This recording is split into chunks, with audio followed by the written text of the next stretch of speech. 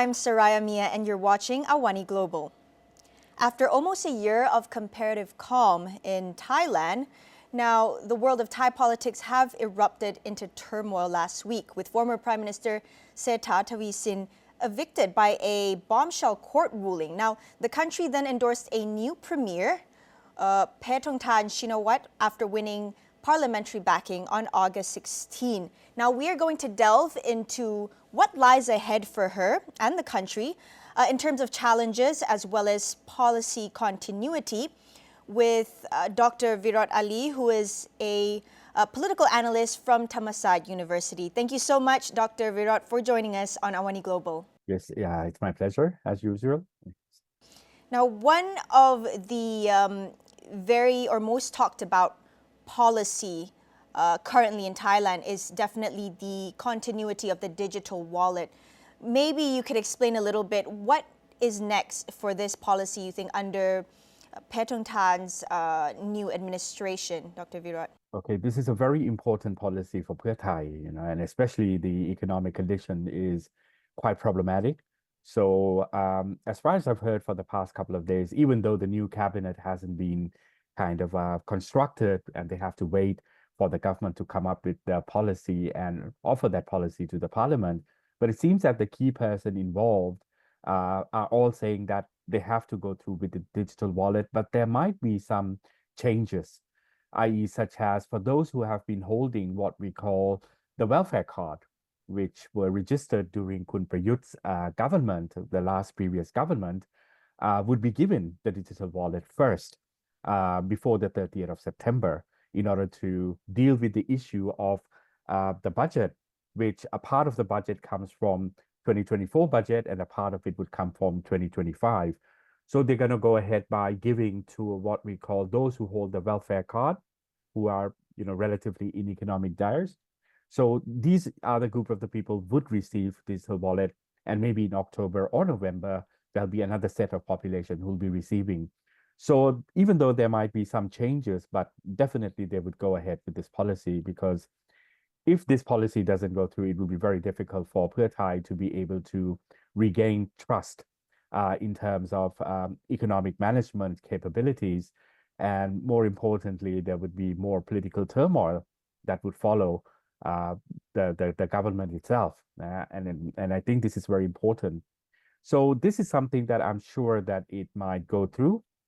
And let's see whether this the fourth, what we call quarter of the year with the US lowering down the interest rates, whether Bank of Thailand would lower or not. This is the period where tourism would be flourishing, exports would grow just a little bit. There's some New Year's would come in as well. So we think that the fourth quarter of this year, definitely the economic conditions would be quite good at the moment.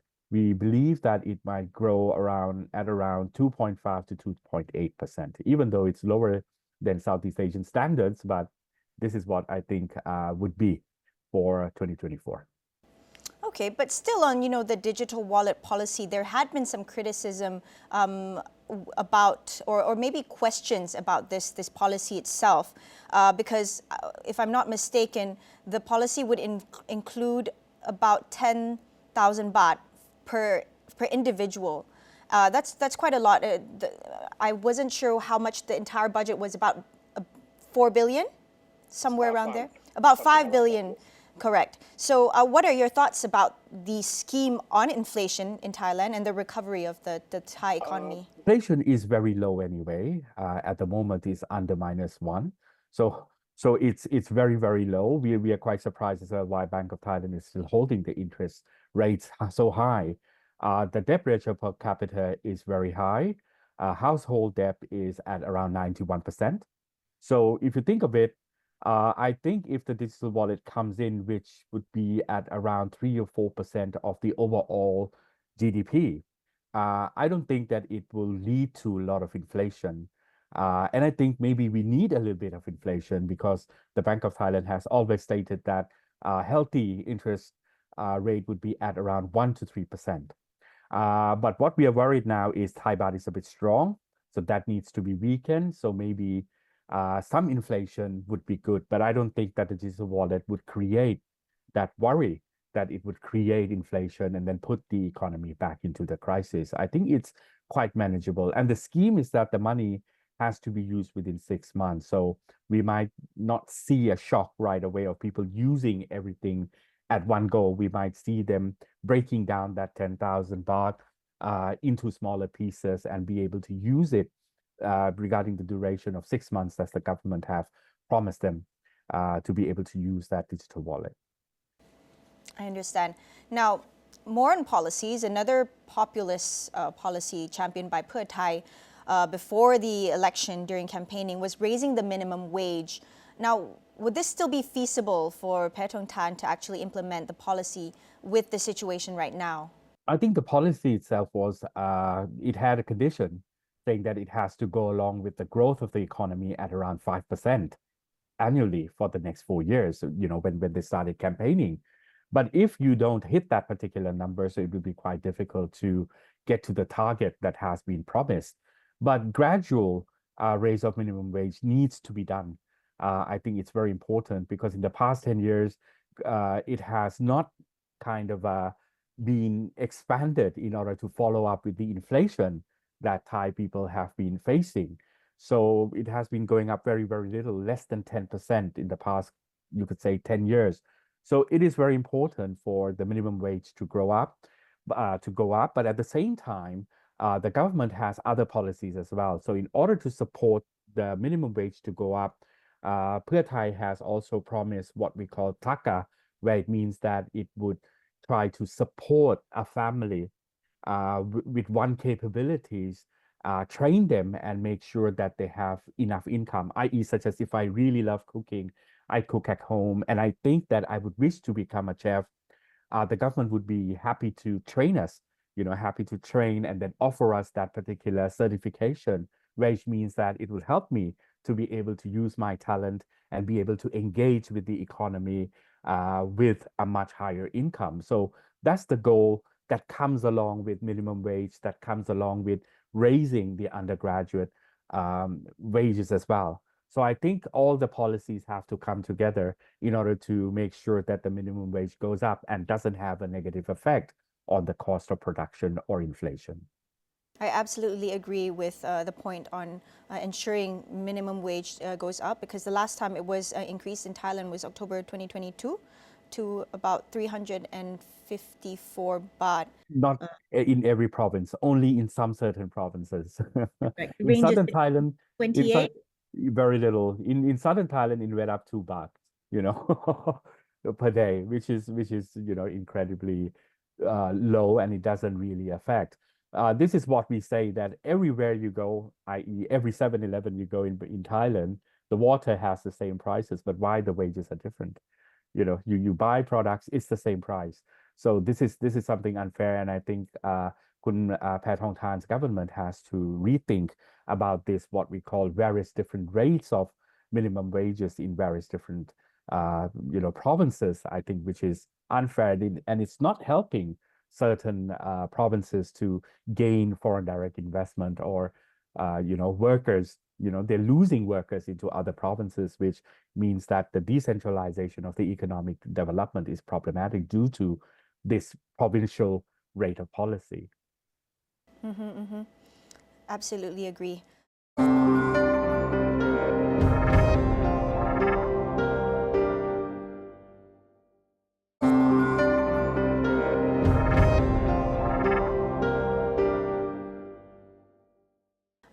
Now, earlier in the interview, you had mentioned that, right now the administration has not been fully formed. We don't know if there will be, or most likely will be, a cabinet reshuffle under Paetongtarn's, administration. So, what can we expect on this? Will it be a swift transition? And what other challenges should we look out for? Of course, when we talk about Thailand, would Paetongtarn be maybe faced with any more legal challenges in the country? Okay, that's an important question. I think everyone wants everything to transfer very, very swiftly, but the process of what we call checking on the qualities, of the people who would be taking the office would be much stricter. So at this time, all the names had the cabinet, what we call the cabinet secretary, has received all the names. Now they have to go through scrutinies. Before it used to be the prime minister's office and then the state prosecutors. But this time it has to go through other institutions as well, i.e., such as the money laundering. It has to go through the stock market in order to ensure that no one is holding any kind of shares that could incriminate them in the future. There would be the police. So it will take some time. So I would say it will take up around maybe another week or so. And then the cabinet would be given another 15 days in order to prepare for the policy. So I think overall, we might see a new cabinet by this particular time next month. Now, will there be any kind of changes in terms of coalition? The big picture will not change. It will be the same coalition. There might be some parties coming in and going out, which is going on at the moment, where Palang Pracharat has been broken out into two particular groups. You have Roy Thammanat, Major Thammanat, who has been a crucial part of Palang Pracharat, running the Ministry of Agriculture, and Big Bomb, as we call it, Pol Ek Prawit or General Prawit, who's also his brother is also in the cabinet from the same party as well. But it seems that these two groups have split it, and we are not sure whether which particular group would be taken into the cabinet. So if one particular group would be taken into the cabinet, the others might have to move into what we call on the other side of the parliament. Or at the same time, we have heard some rumors that the Democrat Party might join in, because if the party splits, a number, let's say 15, would need to leave the coalition, and then they might have to ask the Democrat Party, who's the opposition at the moment, to join in the parliament to join in with the government as well. But this is still a rumor, so let's see, because the government still needs that particular over 300 votes in order to ensure that all the policies that they would wish to implement would pass the parliament.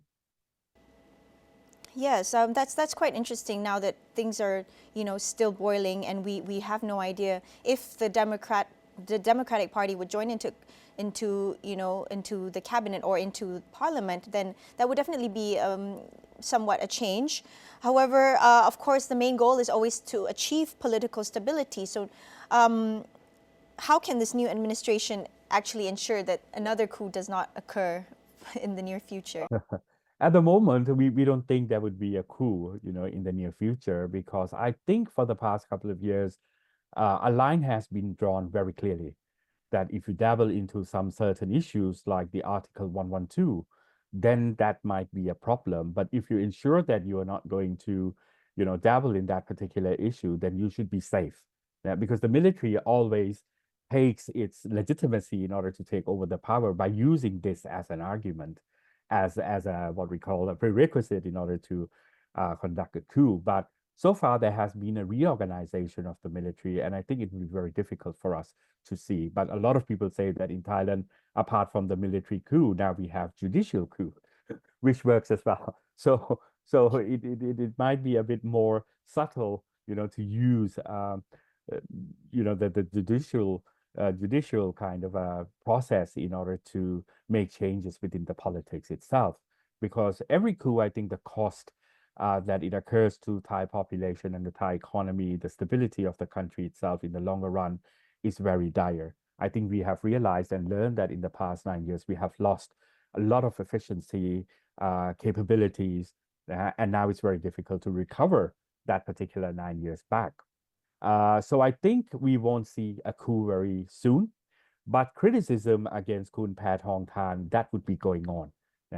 Her last name, in regarding to her father, Kun Thaksin, who is also giving a lot of interviews and so on, and it seems that he's very, very, happy in a sense where he would play a very crucial role as an advisor to Kun Ung Ying, and I think that also keeps the party, Pheu Thai party, in line much more closely than before, than Kun Setha, who was an outsider, who was running the party. So I think this, the movement of Pheu Thai party would become much more, you could say, efficient, effective, And at the same time, there would be one line of command. But that is also a criticism as well for Kun Paetongtarn, that she has come into power because of her father. And I think her qualities would be very closely scrutinized as well. So I think she has to make sure, I think this depends on the role of the cabinet itself, that have to be able to push all the policies out in the first 3 months to ensure people that, okay, this particular government can work and can push policies out as they have promised in order to promote itself more stronger legitimacy. And at the same time, I think while Kun Paetongtarn is very new to the Thai political scene, especially as a prime minister, so I think the advisors needs to be very, what we call, closely chosen, make sure that they have all the professionals which is needed in order to support Kun Paetongtarn in pushing some of the policies which is under Pheu Thai Party, under the cabinet's control, into the right direction. So far, I think Kun Thaksin has to make sure that this would happen. That would ensure the stability. That would ensure, as he says, popularity of the party as well in order to win the next election in the next 3 years. So these are the criticisms she needs to deal with. The effectiveness and the efficiency of the cabinet itself is the issue. Other criticism is something that I think she knows that it will come. But the only thing that they could survive all this is that they could push the policy, and the population could be able to see the changes in the near future. I think that's the only thing that could make this cabinet survive. Coup is a little bit, let's say, not in the picture at the moment. We haven't heard any kind of chatter yet.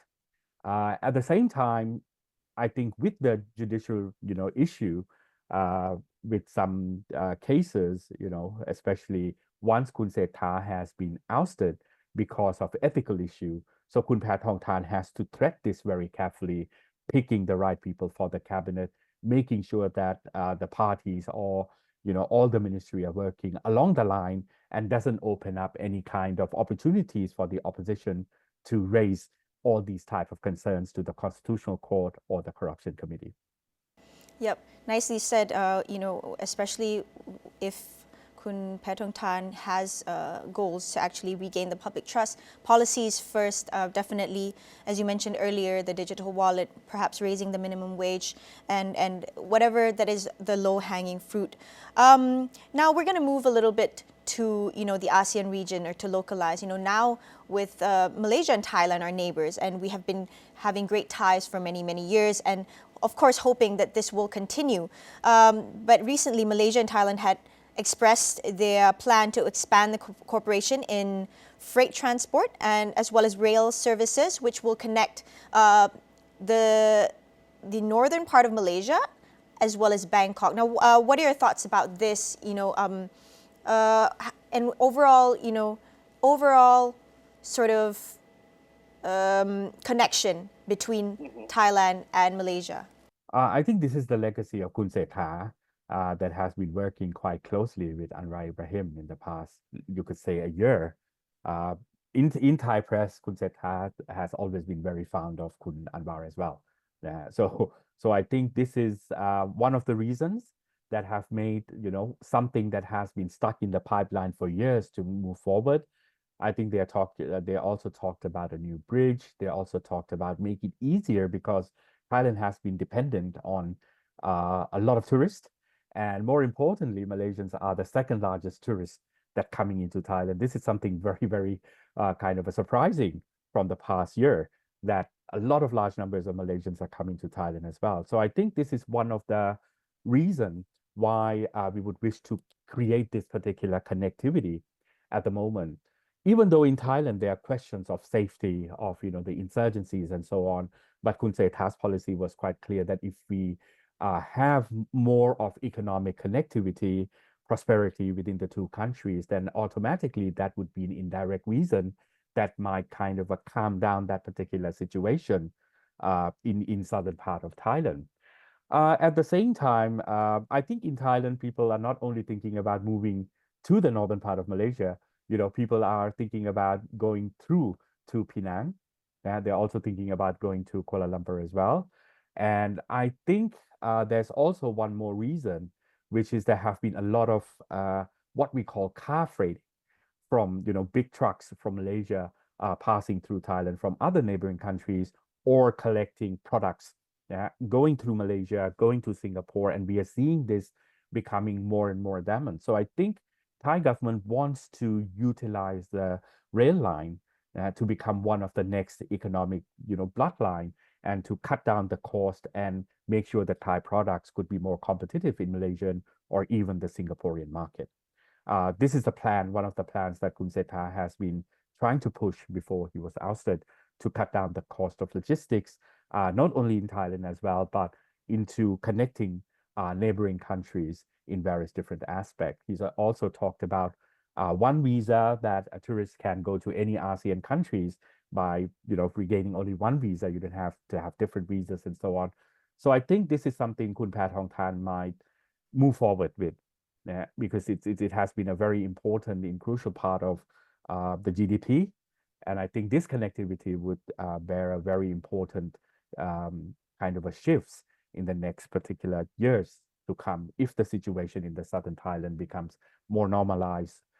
This particular economic bloodline, the flow of tourists would also benefit both of the countries. Yes, as you mentioned, this was a legacy of Kun Sethar earlier, but then it's very important for Kun Paetongtarn to continue these policies because it's a big part of the Thailand's GDP. And I do agree that I have been seeing a lot of more Malaysians traveling to Thailand. I wonder for what reason really, but I mean, I myself am looking forward to revisiting Thailand as well. But that's all the time that we have today. Thank you so much, Dr. Virot Ali, political analyst from Thammasat University. Thank you so much once again, everyone tuning in to AWANI Global. I'm Soraya Mia, and we'll see you again next time.